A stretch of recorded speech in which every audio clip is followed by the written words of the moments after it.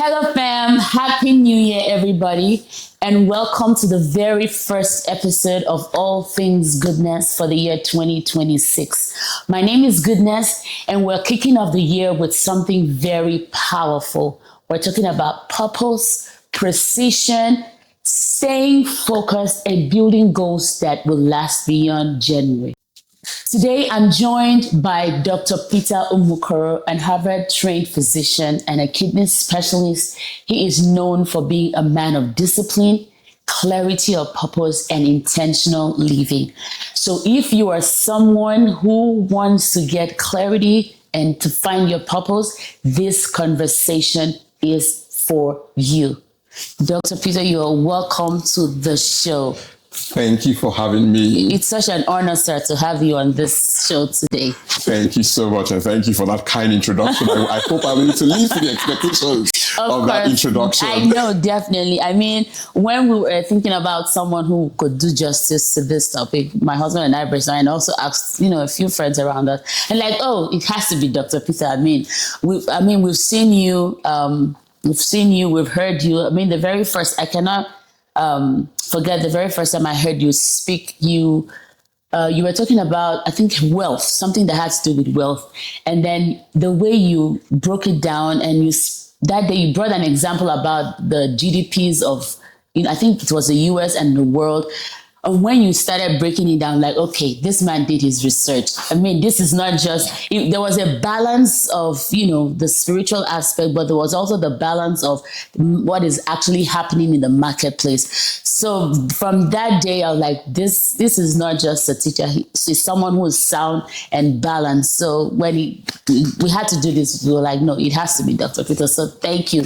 Well, great to have you. I know you're very busy, but to have made time in your very busy schedule to do this, we're really, really honored, sir. Thank you. Thank you for having me. I think I remember that. Yeah. That day now. Yeah, thank you. All right, sir. Okay, for people who are just watching or seeing you for the very first time and are curious, who is he? Please, can you just, introduce yourself? Because I know a lot of people want to know about you or who you are. Thank you. I am Peter Umukoro. I'm a first of 5 children from an average Nigerian family. My father was a civil servant. My mother was on the faculty in the College of Education in Warri, Nigeria. I'm from Delta State originally before migrating to the United States. I'm a businessman. I own a number of businesses, so hence I have to do the research like you just talked about. I own a financial services company. I also own a real estate company, and I'm interested in leadership development. Wow. I'm also a physician. I'm a nephrologist, a kidney doctor, and that's one of the things I do. I'm a husband. I'm a father to 3 lovely children. And I'm also a pastor too as well. And I think it was you hearing one of my sermons like you just referred to. Awesome. So, sir, kidney doctor, Harvard. In fact, when I heard you're a Harvard trained, in my mind, I'm like, okay, what gave him the boldness to want to go to Harvard? Because when we hear Harvard, we're like, ooh, and then medicine in Harvard again. First of all, did you always know you were going to be a doctor? And then why Harvard? What gave you that boldness to feel like if I apply, I will be taken? Thank you for that question. Let me just correct things. So my medical training was actually back in Nigeria. Okay. I did advanced trainings at Harvard. Actually, I got a master's in public health at the Harvard School of Public Health. And I went on to do my Doctor of Science in the same institution. So yes, I'm Harvard trained. I did rub shoulders with those who went to Harvard, and my name is engraved in Harvard till tomorrow. But my medical training was actually from Harvard. Knowing what to do and thank you for inviting me to share on this, because I probably have had a lot of twists and turns, and maybe sharing those twists and turns may be able to help some of the viewers of this channel to be able to first of all understand what their purpose is, and to be able to kind of find that purpose. It was going back to my childhood. There was this conversation that we always had at the family table. My dad wanted to be an engineer. My mom wanted me to be a doctor. And so I could tell you, I could debate on both sides and tell you what the pros and cons. And I still don't know who's going to win that debate. But I may be able to share a few things that maybe to guide people who are watching this. We had to do a lot of talking to other people too. So then I was able to, as a young child, I would see my parents go and interview a doctor, and I'll see my parents go interview engineers. And the engineers I knew then, I grew up in an oil city, Warri, in Nigeria. And so you have these engineers. Then it was time of the oil boom in the 1980s to early 1990s. So a lot of the engineers then were doing well, especially because oil was kind of located in our state then. And so all my mind was like, okay, I think I will do well as a petroleum engineer. And when it was time to college, the decision time came. I was fortunate to actually attend a gifted children's school. What does that mean? So the federal government then in Nigeria had a program that was that identified young smart kids. So the kids will compete in themselves within the local government. They'll get the best in each local government. They'll compete at the state level. They get the best in the states, and then ultimately they will pick those who qualified on merit. I was one of those who was fortunate to qualify on merit, but there was at some point with the Nigerian system, some states felt they were being marginalized. So they quota system, so they had to take maybe 2 from each other state. So initially, I thought I was the humble me thought I was chosen on the quota system, because then I hadn't really believed in myself. And so you said, why Harvard? And so I'm trying to build the foundation to tell you why I started knowing that I have to actually aim for the moon and aim for the stars. I was fortunate. I met a lot of people who were like-minded, who are still reaching out. I still keep in touch with them till today. The school called Suleja Academy is now rebranded as Federal Government Academy, just to make sure it's an all-inclusive thing. So when in my secondary school, we now have an arts class and a science class. Of course, naturally, I was very good in math. I was very good in the sciences. And so it still didn't answer the question of, do you become an engineer or do you become a doctor? Based on how good you are in biology does not necessarily matter, because everybody was gifted in the school. So you could, in fact, I think we're 52 in my graduating class. 49 of us got A1 in biology. So that wasn't including those who ended up in the science, in the arts and all that. So that doesn't necessarily tell you if you're going to be good in science or math. And in one of the alumni meetings, I think one of the sets that graduated about us said, I think Nigeria, the school system then was really a disservice to many of us, because many people wanted to be a doctor, an engineer, or a lawyer. And many of the super smart people then ended up choosing medicine. But being a doctor today, are there ways of adding innovation to medicine? Yes, but most of the time, medicine is more straightjacketed. You have to follow the process, you have to follow the protocols. But if you're talking about somebody who's gifted, who's an outlier to begin with, they actually think out of the box. So getting somebody who's supposed to be thinking out of the box into the box is usually a tough problem. And I apologize if I'm going out of school, because I want to make sure I'm able to answer your question and see where I'm coming from in terms of why Harvard. So I already was among successful people, and today I'm very proud of my secondary school. If you hear anybody talk about their college days from Nigeria, they probably attended my school. And maybe some people who went to federal government colleges might talk about their school once in a while, but most of us were very proud of our foundation and proud of our roots. Now, getting into college was a difficult process for me, and for some reason I didn't really understand why.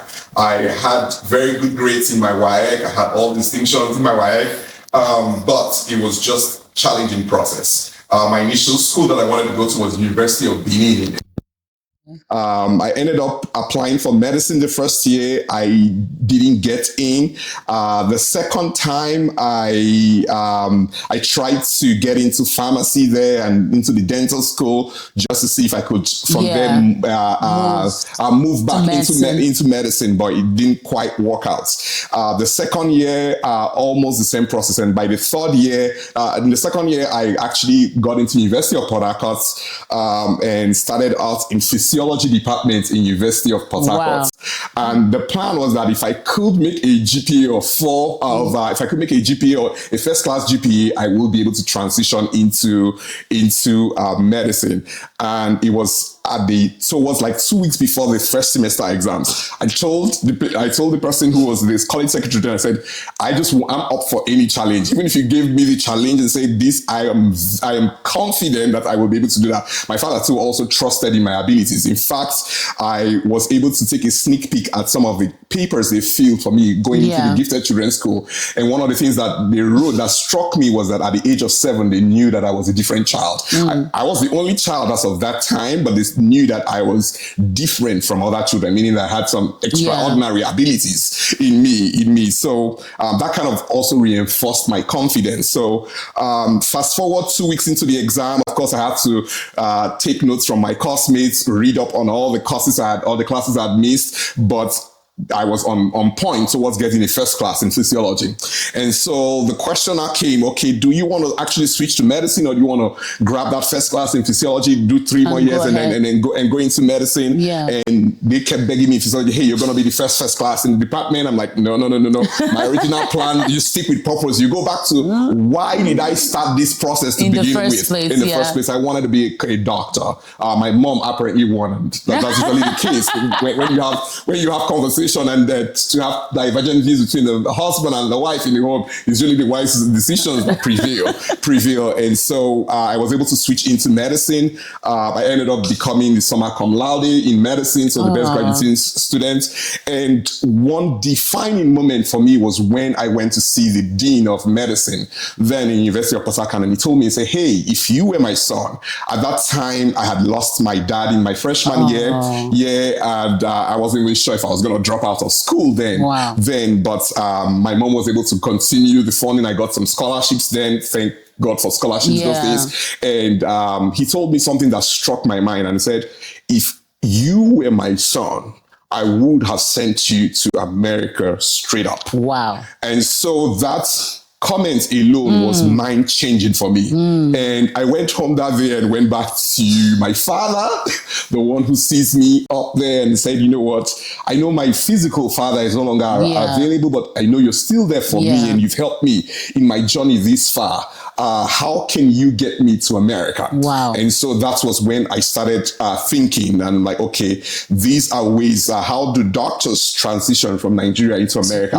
One of the ways then was, there's this paradigm shift from clinical medicine to actually seeing patients and treating group of people, community medicine, public health. And so I started looking into public health, and I said, okay, let me make a list of the schools of public health, and I began to read up on them. Harvard and Hopkins were the ones that stood out for me. For me. Yeah, and I actually got admitted in both schools. Oh my God. The first time I applied, I got into Hopkins. I didn't get funding, so I couldn't travel. And so it now became a question of looking for funding to get into Hopkins versus not getting, versus continuing in Nigeria. While in Nigeria, I was opting to another crossroad came. Now you're a doctor, so there are different specialties. What specialty are you going to specialize? Are you going to be a surgeon? Are you going to be a physician?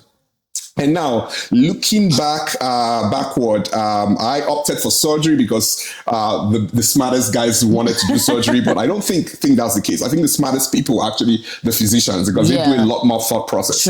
Surgery is more like cut and sew together. Apologies to the surgeons, but I do respect them. They still have to have some knowledge about that. But I was on my way. I passed my West African primaries there, and I was on the way to starting a surgical residency when I eventually left Nigeria. But something one of the internal physicians, the consultants, he was in his 80s, a Professor Anna, then God rest his soul, told me then, he was like, Peter, I understand that you want to become a surgeon, but I am 80 years old now, and I can tell you from an 80-year point of view that you were cut out to be a physician. Wow. You are the only person who's diagnosed from being a medical student, who's been able to tell me the pathophysiological process from diagnosing heart failure and how you want to manage that. And I think when I was in medical school, beta blockers for using heart failure was still investigational then. But then I came up with a theory myself, and I'm like, I think this is the way they would work if they were going to work in heart failure. Fast forward several years going forward now, it's actually that same process. This is somebody who's coming from a third world country in a limited background. So I already knew that the world was going to be my oysters if only I was given the opportunity.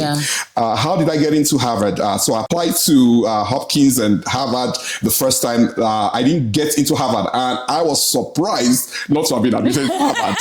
And someone would ask me and say, hey, you must be very proud. You must be out of your mind. But if you know me very well, if you say you're humble, you're actually proud, right? So I'm down to earth. I'm like the normal. No, I'm like the normal guy with maybe who was just opportune to have extraordinary ability. And so I went back and did the postmortem on why I wasn't accepted into Harvard.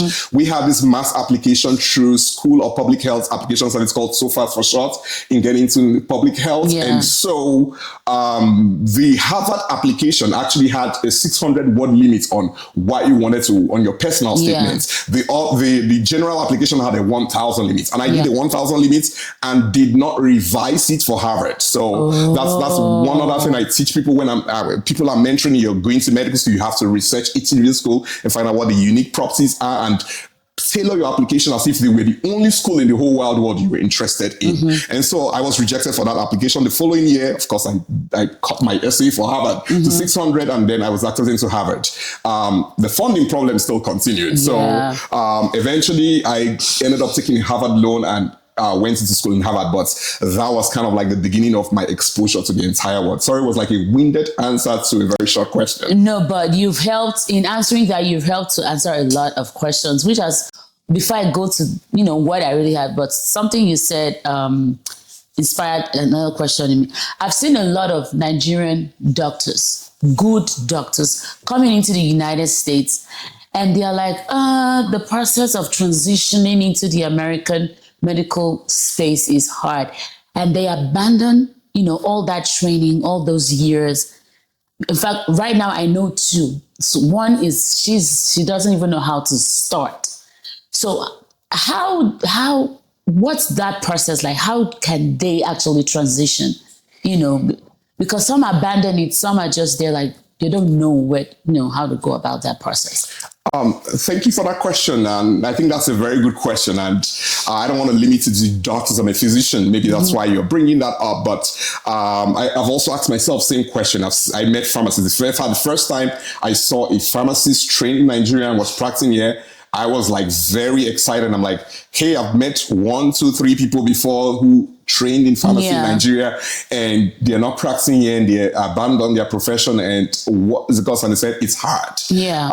Am I saying it's not hard? Yes, it is hard, but one has to realize that everything good is hard. If it were easy, then everybody would be in it. And it's hard for a reason so that you could limit entry into the profession. But if you are eventually hard enough, and one of the things that changed my world, I learn every day, and one of the things I heard yesterday that changed my mind was you're the size of what is able to bring you down. So if that challenge is what brought you down, that's kind of like your size. Wow, but if you talk to yourself and say, hey, I am harder than this stuff, and think about it, there are things we've gone through in our life process, in our previous experiences, that are probably more challenging and more difficult than that current situation.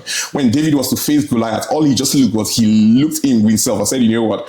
God gave me that lion. God gave me that bear. And this uncircumcised Philistine is just comparable to the lion and the bear. And that was all he needed to just summon the courage to be able to face Goliath. The process is hard.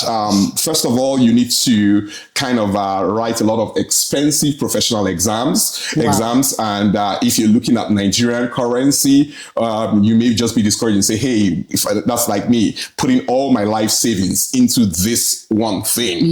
The question I would usually ask, and this was a question one of my mentors asked, I told you that story that my first year that I applied to Hopkins and Harvard, I got accepted in Hopkins, I didn't get accepted in Harvard. I had to keep that hope alive by paying a $600 deposit to keep that Hopkins admission alive to the following year. What if, the question is, what if I ended up staying back in Nigeria? That $600 would have gone. But I had a coach. And that's one of the things I tell people, you need, in life, you need at least 4 people in your life. You need a coach, you need a mentor, you need a sponsor, and you also need a mentee or mentees, as the case may be. While you're trying to rise, you're also trying to lift others up too as well, because in the course of lifting others up, you are also lifting yourself too as well. So she told me something and said, and I just happened to run into her many years after, she was one of my teachers. She was actually my English teacher in the gifted school then. And I happened to run into her one day looking for funding in the federal government secretariat. And I found out, oh, wow, she's a top lady here. And so we got talking again, and she used to be in fellowship. She's encouraged us spiritually those days. And she said something, said, you know what, Peter, if you believe so much in that American dream that you shared with me, that you were so passionate about, then $600 is nothing to That's it. Of course, it was going to be like empty my bank account to switch the Naira to the dollar, but I paid it. And of course, did that money go away? It did leave. But you know what? It kept that hope alive until the following year when Harvard eventually came true. So what am I trying to say? Sometimes those exams may be challenging and may be difficult. There are people that have done the exam, but at least you will tell yourself and say, you know what, at least I gave myself that opportunity, that chance. Who knows what could have come out of it? I've met people who've done the process before. And I thought as Africans, we have a hard fighting spirit. But I've met some people from other countries, and I'm not racist, but I'm going to have to call them just for calling them out. So I've met some Indians.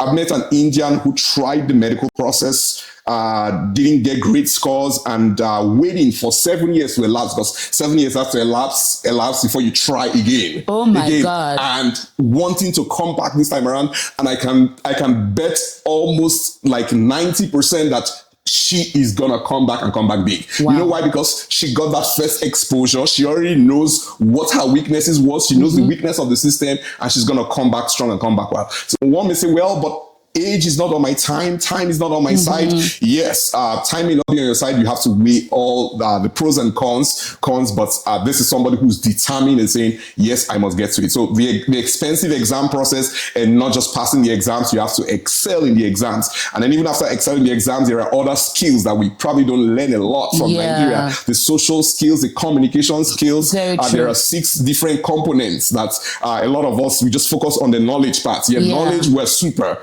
but how about the interpersonal skills? We're having a conversation before we started taping about how sometimes in a patient-doctor interaction, maybe 90% of it's about the vacation in Bahamas and all that, and that makes the experience enjoyable for the patient. So those are some of like the soft skills that our doctors who are transitioning from other cultures, especially from Africa, will need to understand to get into the process. I think the big things will be getting somebody who you can talk to when you feel really down, when you're at your lows, and those are not just peculiar to you, they're peculiar to even those who you think are like superstars and rising stars. That's true. You know, you said something about communication in the medical space here in the US.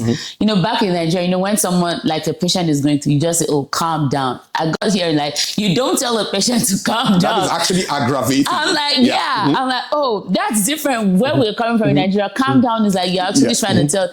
But here you don't say that. Like, okay, that was culture shock for me. But thank you for that. So how can someone discover their purpose? I mean, like you said, you were torn between engineering and medicine. So I think you'll be in a good space, because there's some people also who are like really talented. They do not know they're confused about what direction to go. And some people will tell you, I'm not sure I have any talent or gifting or any purpose. So how do people get to discover practical ways they can discover their purpose or their calling or the direction that God wants them to go? That's a really deep question, and I hope I'm able to, from the little knowledge that I know so far, share some of my experience on that.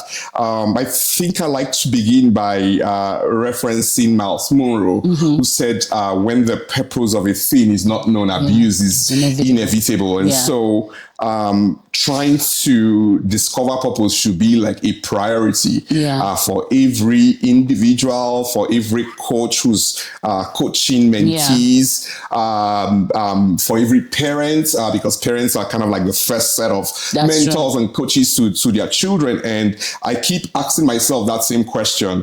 And it's not uncommon for people to have feel that purpose is actually a nebulous thing, so you can't really define purpose, and that's because maybe it's not a one spot destination. It's something that keeps evolving. True. For example, if you had told me when I was a kid that I was going to be a businessman, I would tell you, well, I know my father was in business, but I always looked down on, like, felt business was more like blue collar work. He needed to work late hours. I'm like, no, I need a job that would give me that soft life. I'm in an air conditioned office. But now I know that some of the skills I picked up from him in business, for example, he exposed me early on to accounting. Those were all kind of working out to find your ultimate purpose in life. I think finding purpose will be the best way is to refer to the manufacturer. So if you have a product, for example, the manufacturer had something in mind when he was designing that product. And so going back to that manufacturer and asking, what did you have in mind when you were making this product? Can that product be used for some other things? Yes, but maybe the ultimate purpose, the ultimate utility of that product would be what the manufacturer had in mind. And to me, God is our ultimate. We're in we just celebrated the Christmas season, and we celebrated the birth of Jesus. But Jesus's purpose was very clear. In fact, even prior to his birth, the minor prophets and the major prophets were kept foretelling his birth. And one of the things in Matthew chapter 1 verse 21 says, she shall bring forth a son, and thou shalt call his name Jesus, for he shall save his people from their sins. So they knew his purpose. They knew this was the purpose of Jesus coming into the world. In fact, even prior to Jesus, somebody had to come and as a forerunner to Jesus. And John the Baptist also had a purpose. His purpose, he said, I'm not worthy to take off the shoes, but my purpose is just to announce that, behold, the Lamb of God that takes away the sin of the world. The voice of one crying in the wilderness, saying, make paths straight. So he had a specific purpose in mind. When Simeon saw Jesus, said, oh, this child is going to be for the rise and for the fall of many. They knew his purpose. How do we find that purpose? And it's a question we've always asked. One, you just have to ask God. We have to see God. We're made not to be able to. I asked you about this before we started taping, and said, I hope you're because I'm also a pastor too, so some of my lingo and all that will come forth as spiritual, but it's actually practical. We can't separate ourselves from God. We have to actually ask God and say, hey, why did you make me? I've come to several crossroads in my life. Even when you now decide, okay, I'm no longer doing surgery, I'm now doing internal medicine. When you come to internal medicine, okay, now what specialty do you want to do? You want to just continue as a primary care physician, or do you want to become a cardiologist? At some point, I thought I was going to be a cardiologist. Why? Because all my research in Harvard were all about hearts. I was looking at heart rhythms and heart processes and myocardial infarction and how the human heart, the autonomicity of the human heart is affected by exposures in the environment. And so my natural area was going to be to be a heart doctor. Heart is hard. Because even now I'm doing some Just read me. Yeah. And I'm like reading the EKG. Ooh, so if you're hard, then you're a super smart son. The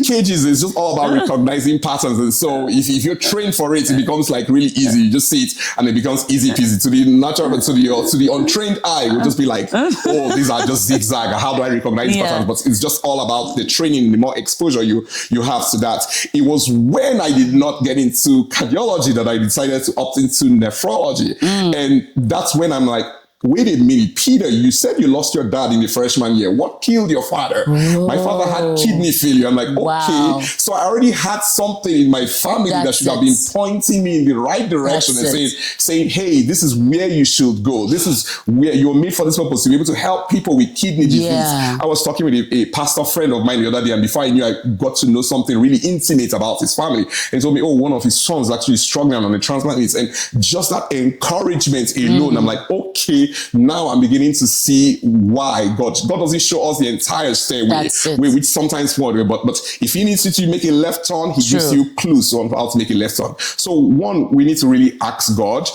Two, it could be from what catches your attention, what catches your interest, what's exciting to you. And if you say, well, I don't find anything exciting, then maybe you're not doing enough. Maybe you need to volunteer more. Maybe you need to try things that were not ordinarily in your comfort zone. My personality, I'm an introvert. I like to keep to myself. I like to just be by myself. I don't even think that I would want to be doing this interview. I told you I'm camera shy. And I said this once in an interview, and when it asked me for one of my weaknesses, the person was like, no, you know how. I'm like, no. Well, okay, if you say that means I've developed my weakness then. So no matter what, you have to give me that job. That was essentially what I was telling him. And so you ask God, you look for the areas of interest. So if you look at Moses was in the burning bush. There are people that would have touched that burning bush. I would not have observed that that bush was on fire and yet was not being consumed. But he was somebody who paid attention to detail. He was a phlegmatic, and so he was able to pick up and say, hey, this fire has been burning for a while now, and yet the bush is not burnt, and he turned aside. That was his area of interest. So look for the things that excite you. Some people like to talk about money. Money. Oh my God, it's like it just lights the bulb on in their mind. And if you give me if you give me a sermon that was talking about money, I want to make sure I'm giving you the whole view. I could tell you and say, oh, just pay your tithe and everything will be okay. No. If I remember correctly, in that sermon, I did say that even when you have 90% left, God can still make that 90% to exceed the one who has 100%. But you have to find out how God is going to make that 90%. You're not going to pay your tithe and go sleep in your room. No, you're going to be worse off than the guy who has 100%. Very true. Who is his 100%. And so these are things that we do. So you explore your areas of interest, and then looking for a coach or a mentor. Those are important. I am what I am today by the grace of God, but God has extended that grace to me through so many people. I talked about Mrs. Ariba, my English teacher in secondary school, who I met several years ago, and she just kept that vision alive. What if I didn't pay that $600? And I said, then maybe I would have been a consultant physician in Nigeria. I'm not saying that's bad, but you don't get open to all the opportunities you could have been exposed to. Your sponsor actually, it looks for ways to actually get you out there in the light. So looking for a coach, looking for a mentor, looking for a sponsor, looking for mentees, because no matter where you think you are now, there are people who are aspiring to be where you've already been, and so you can always shed that light. My favorite people to talk to are teens in church, and I always ask them, and they'll be like, okay, you're 40 something, you should be going to hang out with your 40 something. No, I like to hang out with the teens. Oh my God. And the reason is that because the same confusions I had 20 something years ago, they still have those confusions. Right. Oh, my mom wants me to be a doctor, but I don't think I have enough math skill to be a doctor. And I'm like, hey, they don't even do math in medicine. Medicine, you can avoid math completely, and you just blow their mind. Blow their mind with that statement, and they trust you because now you don't have any selfish interest in them. In them, you're not like their parents who saying, you know what, this is going to be my retirement plan, and so I want to be a doctor so that what I could not achieve with my days, when you become a doctor, you can't be my retirement plan. No, I don't have no interest whatsoever. My interest is just in helping people. I think the fourth way will be what are the things you naturally have a flair for? What are the things you naturally love. Yeah. Love. Oh, I don't know why people are always bickering. I like peaceful place. Yeah. Please. I like to help others. Maybe that's your area of calling. And are there professions that can help you help others? Yes, there are so many professions that can help you help others. And I think the fifth one we talked about a little bit here is staying active in church, because the church is kind of like a microcosm of what the entire society looks like. If you find out those people who hate people in church, when they go to their place of work, their bosses don't like them, everybody doesn't like them, because it's people are people everywhere. Where? And so, no, it's because I'm in an environment where they are against my skin color. No, Sanoma. I actually worked in an organization, and it was not until 2 years later when they recruited somebody who looked like me. And she was like, hey, how have you been this place? I'm like, I didn't even notice that I was the only one in this skin color, because to me, people are people. That's true. People are people. In fact, I don't like to blow up your YouTube channel, but sometimes people that look like us, we actually even have reverse racism. That's it. And we are even racist against our own kind. That's it. Against our own kind. That's true. So the patients that if I see patients who's like my skin color, I have to be more prepared for that patient encounter, because they are not going to take, they're going to feel that they are paying you big bucks. They're the ones paying your salary, and you didn't do anything for them. So you have to make sure you have to go the extra mile for them than if I saw any other regular patient. Yeah. So my apologies. I don't mean to be racist in any way, but that's kind of those are kind of the things. So just summarize: reflection, asking God, and He's not going to show you the entire staircase. He will tell you, okay, well, the first step is that you need to do sciences, and then the next step is that in sciences you need to become a physician, and then the next step is that you need to change your location. And then the next step is that, you need to become a nephrologist. And who knows what the next steps are going to be in the future. But in all, you're doing that while volunteering. I've always been very active in church. I started teaching the home cell from, I got born again at age of 10, and I was opportunity to start leading my colleagues. One of the stories that struck me from childhood was that I realized that in the home cell, so we used to meet in a brother Opheli's house, and the parents in the bedroom would be listening intently to how I was teaching, like my peers. And one of the comments he remarked once when he was giving opportunity to preach in church was that he even gets blessed more through the teaching of a 10-year-old than the one that is meant for them as adults. That made me know something. Hey, there was something in you. But then I put in the work. It was like I was starting a small business. The home cell would start by 5 o'clock. I would go at 4 o'clock and start my follow-up, because first of all, you will need to get the people have to gather. When people show up that day, so you now go and follow them. Maybe you don't get through all of them in that 1 hour. When you get there, the people that didn't show up, you now go back and meet them. But all those things, God was just enabling me with skills for leadership, getting you skills on how to talk. I used to stammer when I was a child. I don't know if you've been able to tell that I'm a stammerer. Maybe sometimes I make up for it by talking too quickly, so that people don't notice that. But all those were kind of, you could look for every reason on why you're not going to be successful in life. But ultimately, we want to serve people. We want to be kind to people. So you're looking for that coach. I have so many coaches. I can't mention all of them, but I have coaches in medicine. I have coaches in life and relationship. I have coaches in all aspects of life, and it all eventually comes together.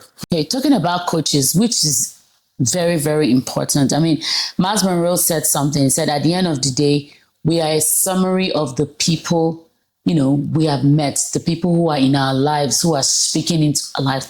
How I watched the YouTube channel, one young man who was making tremendous influence in the tech industry. And he said something. He said, he was still talking about coaching, importance of coaching, that God specifically, showed him someone who he had never met on the internet, like, go and study this person. And he just searched for the person and sent him a DM and like, sir, and luckily the man, responded, and he went and understood. How do we get to discover coaches? How do we do that? Because sometimes, maybe people you admire, maybe far off, but around us, how do you think people can look for coaches or mentors around them who would, help set them in the right path? Okay, I think that's a really good question. Let me state this before I answer the question. So, a prophet has no honor in his home country. countries. And the reason why I say that is that sometimes people tend to look down on people who they are familiar with. Oh, because I attend the same church with him, he's not. I see what kind of car he drives. I see how he dresses. No, this is not the kind of person I want to be with.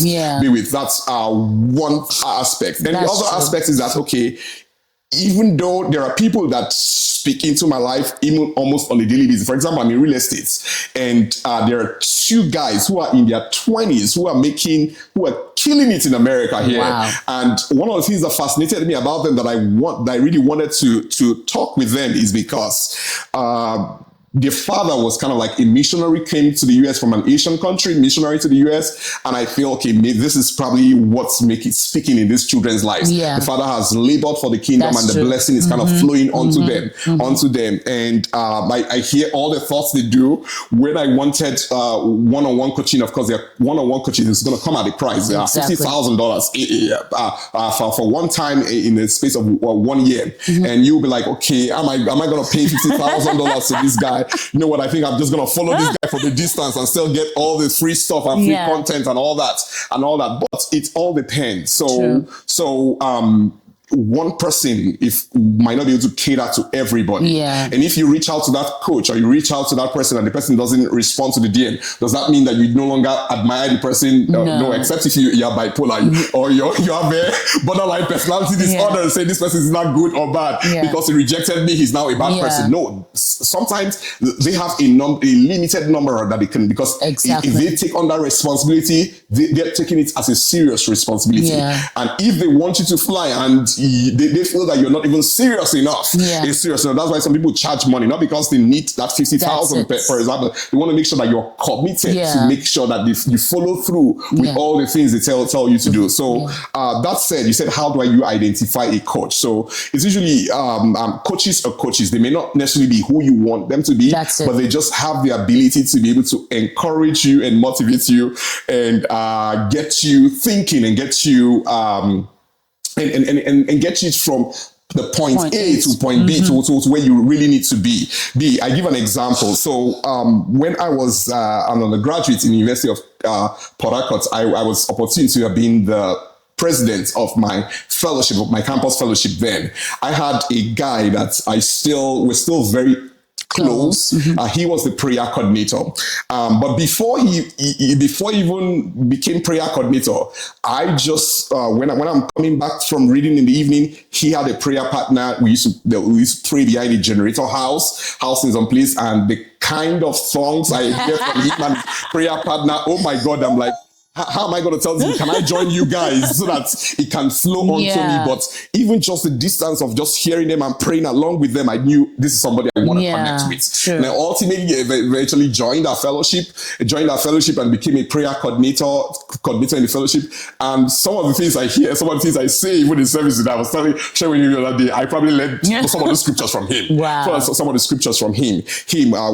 What am I trying to say? You find something in somebody that you admire. I take the good from this person. I take the good from this person, and then it makes me a better person altogether. So that's kind of like identifying. A coach is somebody that, okay, well, when you talk to them, they are able to spur you on. For example, I think one of the conversations I had with him, his name is Matthias. He's also a physician too, was that we're just talking, and somehow we got talking about how the good year had been, and he told me, he made this amount of money even bigger than how much I made that year. And then he was telling me about how the taxes were for him in that year. I know he resides in a state where there are no state taxes, but even at that, his taxes were still much lower than mine. Lower, man. He made more money and then paid less taxes. And it got me thinking. I went back and looked at my accountant. I'm like, okay, my accountant sent me the details, and I zoomed in. And I found out that I overpaid my taxes by over $15,000. Wow. And I'm like, wait a minute, should I fire this accountant? I'm like, well, God gives us second chances. So if he gives us second chances, well, I'm going to give this guy second chance. So I reached out to the account, like, hey, what? He said, oh, do you have documentation? I said, I sent you everything. I thought you guys were thorough. You guys were the experts, but that's taught me a vital lesson in business. One, I hire people that are smarter than me, but I don't completely depend on them. That's because it's not the money that is at stake. It is my money that is at stake. So you have to do your homework. So I still have to review whatever he sends to me. And we reviewed it, and thank God it was still not within the space where you could go back to the government. If it was longer than that, maybe that 15K is gone and gone out of my life forever. You know what? I'd rather do with that 15K. I'd rather come and wear my best shoes and best suits and drop it in the offering in church than to I'm not saying giving it to the government. Government does good work for the people, but what am I trying to say? You have the right to be able to you have the right to pay your taxes legally, but any portion you want to do, you have to voluntarily give that away. So look for people you admire, look for people that have been where you want to be, look for people who have been through stuff. And so many people rule out and say, oh, those who went through that stuff and failed, I won't learn from them. No. The Bible says the things that we're written aforetime, we're written for our own learning, so that we through comfort of the scriptures might have hope. So you learn from those who failed and find out why they did not succeed. You learn from those who succeeded and find out why did they succeed. What were the turning point moments in their life and learn from them. And some of them you reach out to them. There are some people that are going to be accessible to you at your level now. And as the levels increase, you grow in and out of relationships. And this is where sometimes people get it wrong and say, okay, you know what? I grew up with these people. I've known this person for 30 years of my life. If I am growing every day, and every day I strive to increase myself 1%, I read every day. I learn every day. I wish I could also say I write every day, but I'm probably going to come to that point at some point. But if you are growing and your group of your current relationships are not growing, over time, what's going to happen? You're going to outgrow those relationships. You grow from that level, and you're going to grow into a new level. When that maybe the mentor you're really aspiring to be, for example, doesn't see you as somebody they can connect with. As you keep growing and growing, at some point you may grow to the level where those things they naturally now want to even be once reaching out to you and say, hey, we heard you're doing this stuff. How can we be of help to you? That's true. That's powerful. Even the Bible says, without controversy, the lesser is blessed of the greater. You're right. And then sometimes the greater there may not be someone who's necessarily older than you. It may just be a younger person who's doing better than you in an aspect that you can reach out to. So that scripture always keeps me. So I agree with you completely, because I always look out for people who are doing, better than me, whether they're older or younger. And, I try to reach out and celebrate. Thank you so much. It's been really insightful. I've learned a lot myself. Now, we're in the era of New Year resolutions. A lot of people, in the beginning of the year, everybody's, trying to put, this year, I'm doing this. But you find out that before January comes to an end, that energy, that drive, to sustain the things we know we should do, the goals we know we should pursue has, dwindled. By February, like everybody returns to status quo. What's your advice, for someone who has achieved a lot, follow through your dreams and your goals? How do we sustain that fire, that focus, till the end of the year to make sure we actually achieve?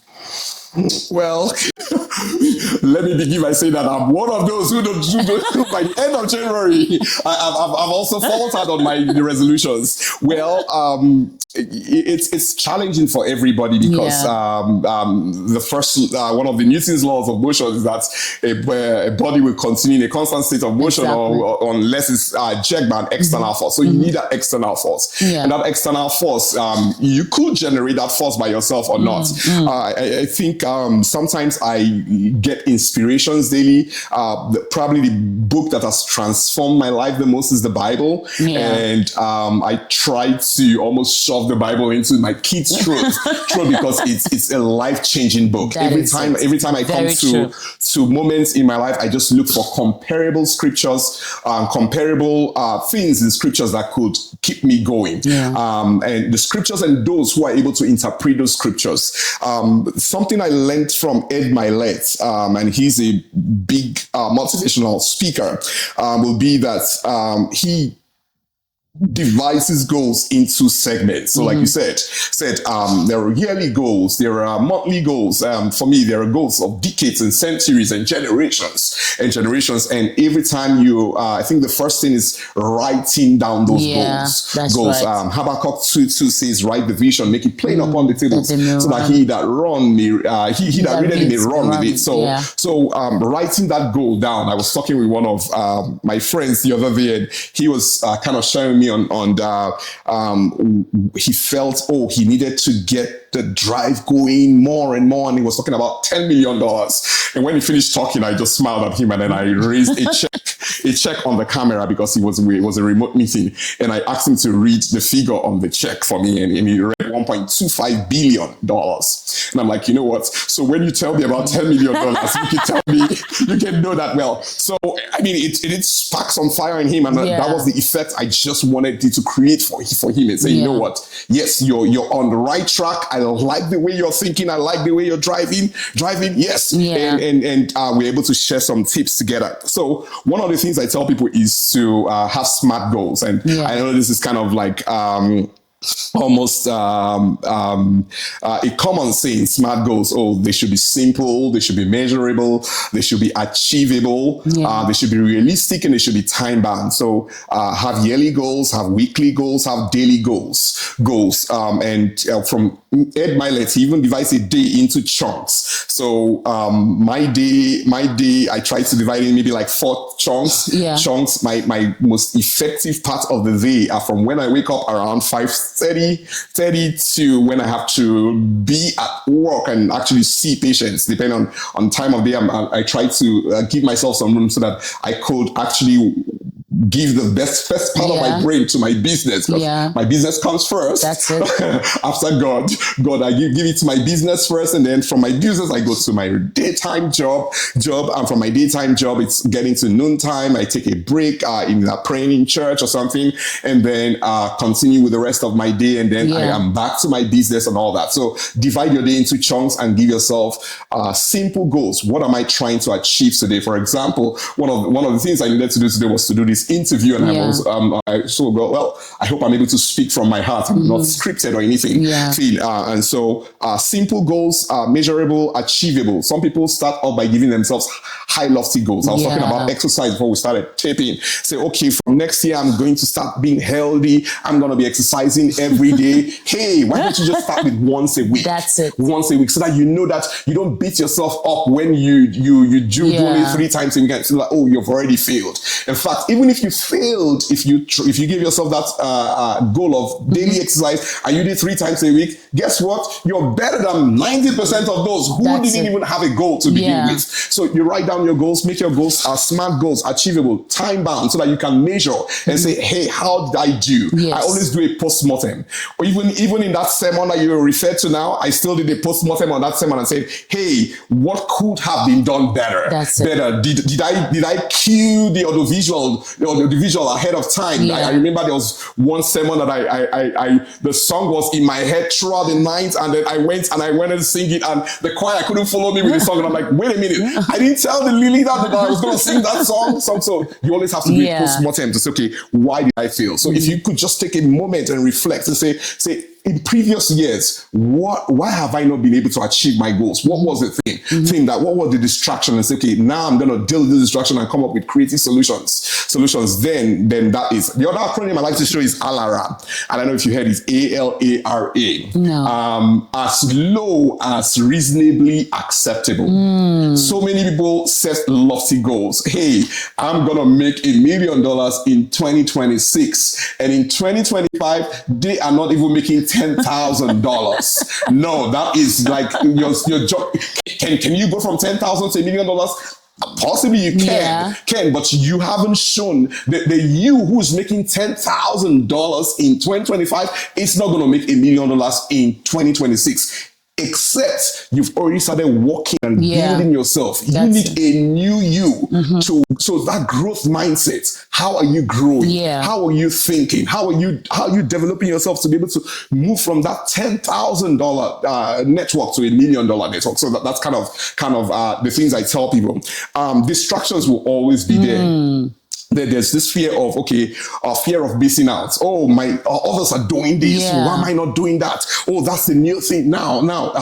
First of all, if you discover your purpose and you discover the things that will get you to that purpose, you could easily say no to the things that are good, to be able to say yes to the things that are best. That's it. I say that again. You'll be able to say no to the things that are good. They are not bad. Like you're saying no to them does not mean they're bad, but you could be able to say no to the things that are good so that you can have space available to say yes to the things that are best. Because no matter how we try, each and every one of us, we have 24 hours a day. That's it. And something that struck me recently, we are, even if we lived to 120 years, for example, and I'm already in my 40s, so I know that I have less than 80 years to be able to do the things I would want to do in my lifetime if God gave me the opportunity of living to 120 and beyond. I really know that time. So your life is kind of like a lease life. It's borrowed. So you have to have that urgency in you that say, hey, I have to keep going, go. Are there times you take a break? Yes, you should take a break. When you meet obstacles, best time to take a break and take a vacation and take your mind off that thing. And then you come back with refueled and refreshed. The Bible says that Jesus asked us to say, come ye yourselves apart and rest a while. Well, so vacation is even scriptural. That's it. It's scriptural. And then you can come back with more fire, with more commitment. I listen to people that speak into my life. There are some people that if they spoke into your life today, if your prayer life was already dwindling and you're going down to tell me, God, why am I struggling? And like I told you of that brother, like when I just hear their tongues alone, oh my God. Sometimes I join in noon prayer and I hear the pastor's tongues alone, oh my God, I am fired up again. So I have drained some energy from 5 o'clock to 12 noon, but at 12 noon, I'm going to get some additional fire in me and it's going to take me to the end of the day. And I'm going to have my own personal time to and fires you that up. But what I tell people is that we've all failed at some point in time. In fact, if you've not failed before, then you're not tried enough.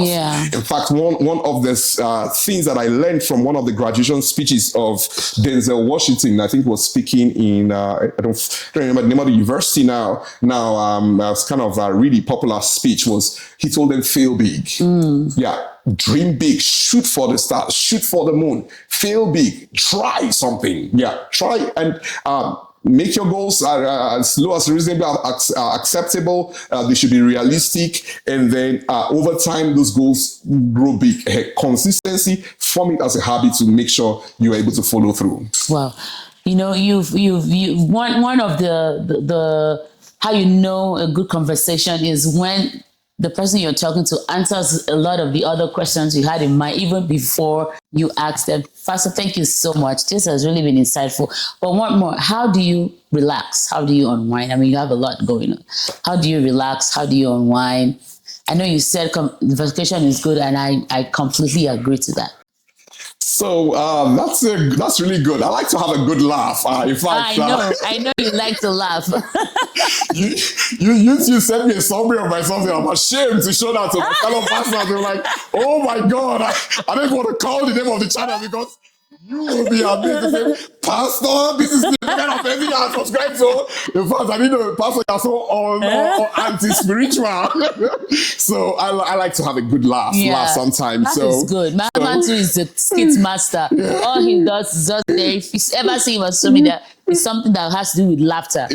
So I love to have a good laugh. I try to breathe once in a while.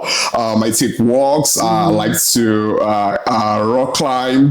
I like to I take walks every day. As you get busier and busier, you begin to find out that you have to actually craft out time to Yeah. actually relax. Once in a while, I like to volunteer too as well. I'm a pastor in Winners Chapel International, Indianapolis, a part-time pastor, and sometimes I'm on missions to Kentucky. Yeah. And so I do like to serve my community. I like to help. And those also help me to kind of relax and take off my mind from medicine. Is kind of like intense a little bit.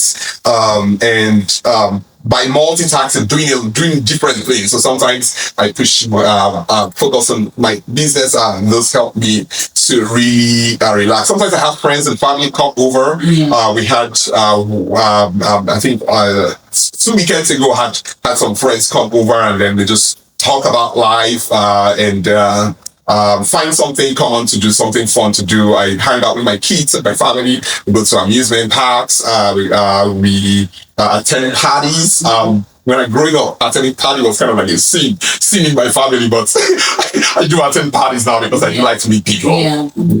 So what's the best place you've ever gone on a vacation? Maybe the best place is still in my dream world.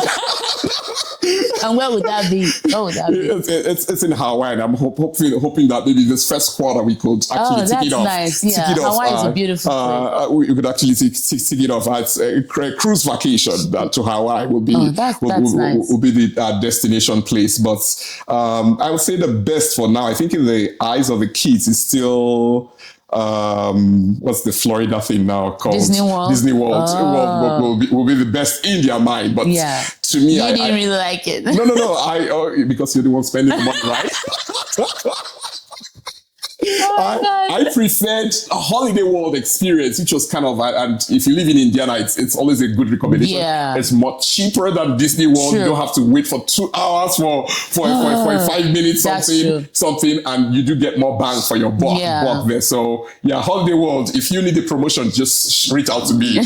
Okay, so what's the final word to someone who's watching now and they're trying to still figure out themselves, or where to go, where to start, how to begin? What's your final word for such person? I'm gonna look into the camera for this. I would say never give up. That's fine. Challenges are common to everybody. We're telling somebody else's success story today. Tomorrow we'll be telling your success story. If you never give up, if you give up, then that's kind of where you are. Keep trying.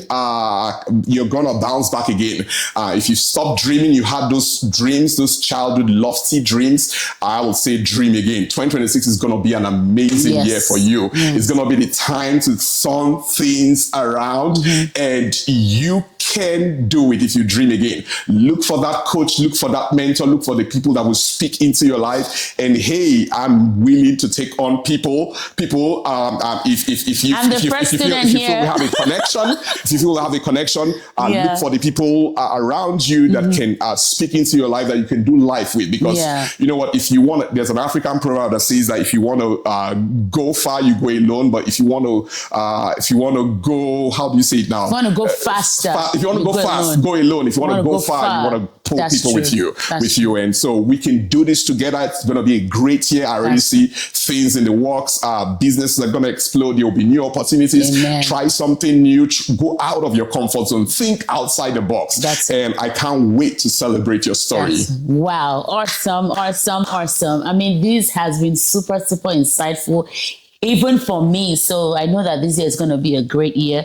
Like you've heard doctors say, if you have any questions, if you want to connect with him, please don't hesitate to put it in the comment section, or you can send us an email at allthingsgoodness@gmail.com, and we will definitely let him know and answer all of your questions. Thank you so much for doing this with us. Until we come your way in the next episode of All Things Goodness, remain blessed. Bye-bye.